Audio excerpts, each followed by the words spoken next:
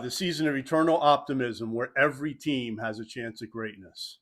This episode of Zoology is brought to you by Cool Cones with 2 locations, Perry Highway and North Park. So get a Cool Cone and chill out. Good afternoon. I'm Jimmy Two Time.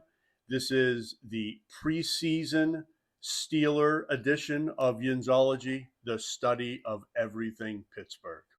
Conventional wisdom is championship teams are built through the draft and through free agency. However, with Pittsburgh, with the Steelers, they historically do not really look at free agency. They try to build skill and longevity skill through the draft.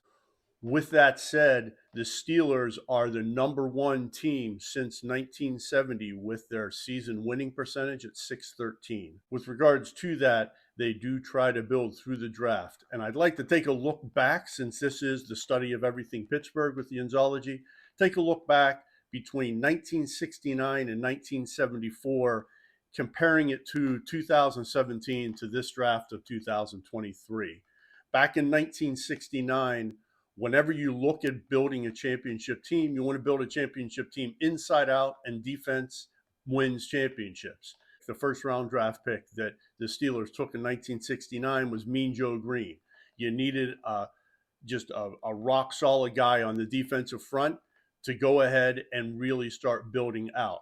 So 1969, Mean Joe Green was drafted. You also want to take a look at the offensive side of the ball. Once again, in the trenches, John Kolb was drafted in the 3rd round. And then the running mate for Mean Joe Green was drafted as well in the 10th round, and L.C. Greenwood. So you had the 2 defensive guys on the line, and you had the 1 offensive guy in the line. If we take a look through 1970, Terry Bradshaw was drafted.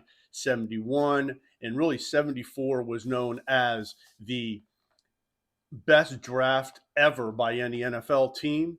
The Steelers drafted in the first 5 rounds. The Steelers drafted 4 potential future Hall of Famers in Lynn Swann in the 1st round, Jack Lambert the 2nd round, John Stallworth the 3rd round, and then Iron Mike Webster in the 5th round. Free agency, they looked more at the draft. Back in the day, ton of draft picks, ton of rounds. So they did do a really good job with that between 69 and 74, like I mentioned. Turn the clock to 2017 to 2023. We started off in 2017. Once again, you want a guy on defense who's going to be able to play in the trenches, and you have TJ Watt being drafted back in 2017.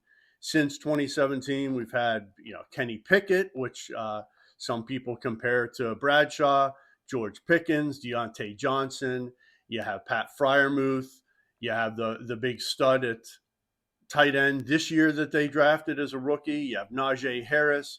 But more importantly, you also have a bunch of young offensive linemen. And also with the defense, and you had Keanu, I like to call him Keanu John Wick Benton.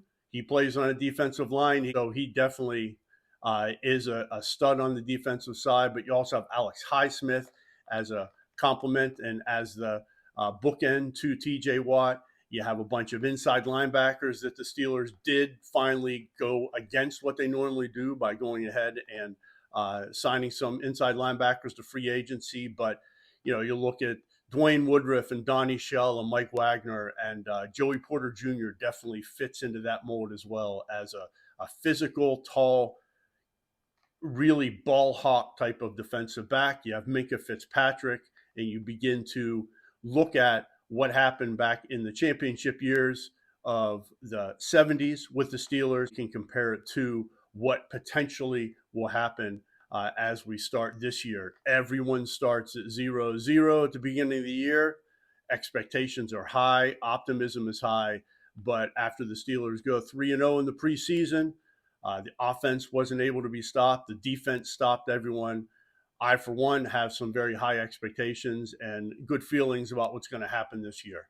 So that is kind of the preseason wrap up for the Steelers, with some also history from what happened back in the late 60s and early 70s to build those championship teams with what's going on now over the past 6 years. If you have any questions, or if you disagree with me, go ahead and respond and start the conversation. Prove me wrong, in other words. Once again, this was the preseason episode for the Pittsburgh Steelers.